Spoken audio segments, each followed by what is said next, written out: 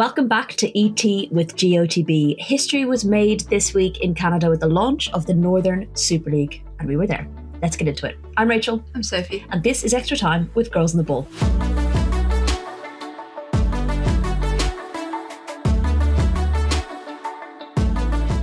Right, welcome back to this extra episode. This is your weekly reminder before we get into all of the exciting stuff to make sure that you're subscribed wherever you're watching or wherever you're listening to your podcast. If you'd like to leave us a review, that helps people find us as well, so that'll be very nice, or a comment, or you'd like to ask some questions or anything like that, we do love to hear from you.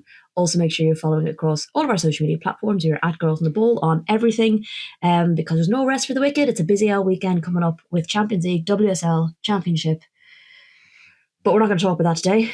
We're talking about the NSL, which is another variation of kind of the same letters. It was a pretty special week for us, and we just said before we started recording, we don't know how this is going to go. We're just off a 9-hour flight. Yeah, I keep falling asleep. I had to go get her up off the couch. She was asleep. The naps are starting, and I have to go down to Southampton tonight. So you do. But for those of you listening, we look great. We look fresh as daisies. For those of you watching, don't tell anybody. So energetic and full of life. This was, of course, a pretty special week for us. We headed out to Vancouver on Monday to check out the very first match of the Northern Super League between Vancouver Rise and Calgary Wild. This started as like a funny suggestion on one of our lives. I think I said it. And I'd kind of worked out that it was actually feasible for us to make it to the first match. And it really doesn't take very much for you to go back to Vancouver, does it, Sophie? No, you literally just have to say the words, "Shall we go to Vancouver?" and I'm in. So I don't need a lot of persuading. I lived in Vancouver. Yes. Tell listeners. I lived in Vancouver for a little while. I lived on Vancouver Island, which is the island just off Vancouver. Funnily enough, I did a whole season out there, and ski season, yes. And I fell in love with the place, and I'd spent a couple of months the season before there as well, doing my instructor badges and stuff. So it's a very fun memories. It's when I think I really grew up. So yeah.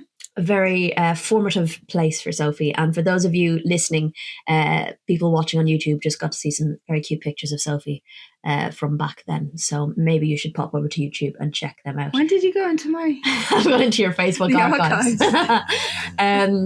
Right, but we were there for the NSL. What is that? It is the brainchild of former Canadian international player Diana Matheson, made up of 6 teams: Vancouver, Calgary, Toronto, Halifax, Montreal and Ottawa. So it's cross Canada spread. Mm-hmm. Still barely touched the surface of that country. It's absolutely massive. But all of those clubs then are also part owners of the league. So them alongside Project 8, which is Diana Matheson's company, will run the league. Very much player focused, has former players such as Christine Sinclair and Stephanie Labbe involved in clubs as well. It's already thought about things like minimum wage, maternity cover, marquee player costs, foreign player caps and stuff like that. So it's really interesting to see a league start with those things rather than trying to implement them. Diana was quite funny. I mean, they're very, very funny. Generally Canadians, but Diana was funny in the pre-match. The launch. Sophie's skipping us forward. No. But like this is relevant to this point. Where she was joking that it was just an excuse to get all of her friends from football together so that they didn't have to not spend time together. It's got quite an eclectic mix of current Canadian players, former Canadian players. And they've really pulled together, I think, to make this something really special. It's quite a hardcore way to see your friends. Yes. Start up a potentially multi-million-dollar league eventually. It's funny. One of my friends said that her brother just moved over to Vancouver and was like, we probably have more chance of catching up in Vancouver than we do me living 30 miles up the road, which I think is absolutely true. But so we felt like this was a pretty big moment in history that we wanted to witness. So we flew out on Monday, evening flight, which is, by the way, a perfect time, I think, if you are planning to ever go to Vancouver. For 72 hours. For 72 hours. You land later in the evening, but still time enough for dinner, which is what helped keep us awake. If anyone needs any recommendations, by the way, we have a few favourites now. We are locals. at this point. Yeah. I mean, I've been 3 times, but Sophie lived there, so I don't know if I can claim locality just yet. But yeah, so we flew in on the Monday. Tuesday morning, we had an early start for some media opportunities at BC Place. The last time we were there, pictures are showing now on the screen, was 2015 when England beat Canada in the 2015 World Cup quarterfinals. That was a fun day. That was a fun day. Yeah, the photos. Not so keen on. I don't know if it's that we've aged better or we've just shown that we've aged worse. I don't know. I think better, hopefully. I would hope. Me too. Yeah, no, it was a fun day. I was saying to someone in the press box on Wednesday evening that the last time I'd been in there, I'd been sitting in 5 rows from the front, and I'd looked up at and given Jen O'Neill a big wave in the press box. And it's kind of cool that 10 years later I was sitting in that press box. So yeah, a bit of a full circle moment. Yes. But we had coaches and a player from both teams coming in chatting to the media. They spoke really well about being involved in this league and the fact that they're involved in it from the start. They talked a bit about what it takes to start a brand new team, a brand new club in a brand new league, which was quite cool because I think there's probably a lot of things we don't maybe think about that is required. But they also spoke really positively about how everyone involved has a hand in shaping what that might look like, whether it's the media or the people at the top of the clubs or the players or the coaches, which was really cool because I think what makes it quite unique and rare is that you're creating a league from scratch in quite a rich sporting culture and country that has a national team that has done very, very well and is top 10 and, you know, has won medals at the Olympics and stuff and gone far into major tournaments. So to only be creating a professional league now when there's so many others around the world, but actually giving you the chance to Yeah, I think Christine and Diana talked about this as well. You know, they've got a blank canvas. Well, kind of blank canvas where they can take the best out of things they've seen and model it on how they want it to be. And that comes with the players at the very center of it, but also the fact that they can, you know, kind of like Diana kept saying, I think that they're trying to build the plane while it's flying. So not everything is in place right now. And I think they need to be given time to figure out how this all works. This is the first time for so many of them running a kind of league. But I think the opportunities that it presents, and Christine Sinclair said this really well, you know, when she grew up, there wasn't anyone that she could look to play soccer in Canada. And she grew up watching the Blue Jays on the TV and thought she was going to be a Blue Jay because that's what she saw. Whereas, you know, now kids coming through will have a place to play. I think it's really important that it's coast to coast. Yes, there's only 6 teams and Canada is huge and it's a massive swathe of land in between, but the fact that they are starting with Vancouver all the way through to Halifax and Toronto on the East Coast, it gives them a real good breadth of coverage. And when they do expand, they want to expand to 8 teams first, I think, I don't remember the year, but there is an expansion plan. They said they have the 3rd deepest pool of player pool in terms of kids playing soccer, or girls playing soccer.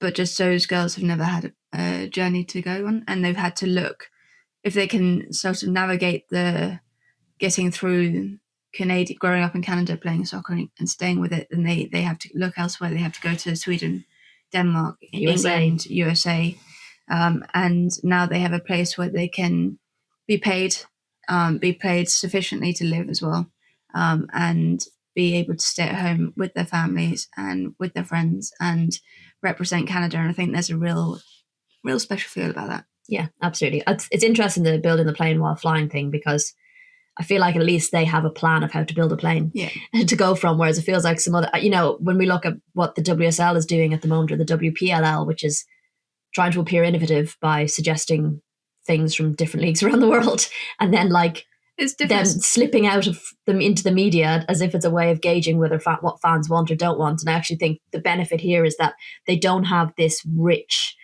culture or history of soccer, of league football that people feel very tied to. So it allows them to kind of build that culture. I think we've said it many times. We're at this moment in women's sport generally. We're really on the cusp of everything, and there's been this massive boom across the board, whether it's football, whether it's basketball, rugby, whatever it might be, cricket, hockey as well. Okay. No, but people won't give out to you if you've missed out. No. I'm just saying it's we're on this kind of cusp, and we're shaping the women's sports culture around it, and we have that opportunity.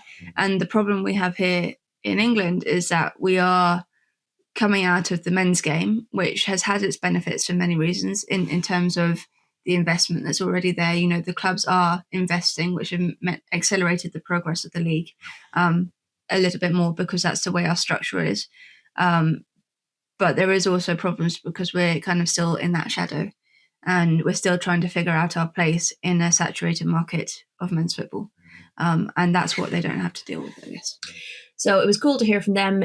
You also heard from Christine Sinclair and Diana Matheson, and from some of the others involved in the NSL more broadly about the league and how it came about and what it means to them, which is pretty cool. We then had the opportunity to go and do some open training as well. So pitchside in BC Place, which was very cool. I got to come back a bit later to chat to Calgary coach Lydia Bedford. That is well worth a listen. I'm sure you remember her from her time as assistant coach at Arsenal. She was coach at Leicester. She was involved in Brentford men's team. She was in the FA youth setup as well. So she was brilliant. She spoke so well. It was a really fun episode. So definitely, I know I'm cross-promoting here and sending you to listen to another podcast, but at least wait until you finish this one. But do check it out. It was definitely worth it. I was watching it I was filming it and I was watching it and I was like, this is so good. And I can't react because if I react, I'll distract them both. But it was a very, very good record, I think. And we got to film it on the in the dugouts on the pitch, which is cool. So a busy first day, plenty to keep us awake, just about. And yeah, really enjoyed it. But next day it was match day. Wednesday it was match day. And we'd planned to head out for a cycle around Stanley Park. We did this the last time we visited Vancouver. It's become a bit of a tradition. We also have to say thank you, Vancouver, for the weather, because everyone we spoke to told us how lucky we were with the weather. It was like 16 degrees every day, glorious sunshine. So it was so nice. Never happens really for that stretch of time. No. You might be lucky to get one really nice day in Vancouver, but it does rain an awful lot. Yeah. It was so nice to get out. It was a beautiful cycle, fresh air, keeping us awake. It was about 10 kilometers around the park.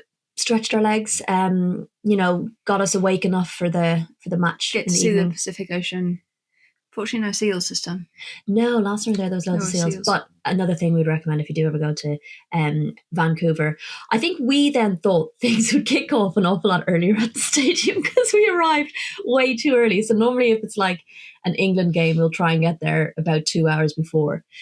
No later than an hour and a half before. And we arrived maybe 2 hours and 15 before, because we thought we'll get in, we'll dump our stuff, we'll go back outside, we'll check out the merchandise, see what's going on with the fans, see if there's any music or whatever going on. And it was pretty dead. We found out the fans don't get in until an hour before kickoff, which is insane.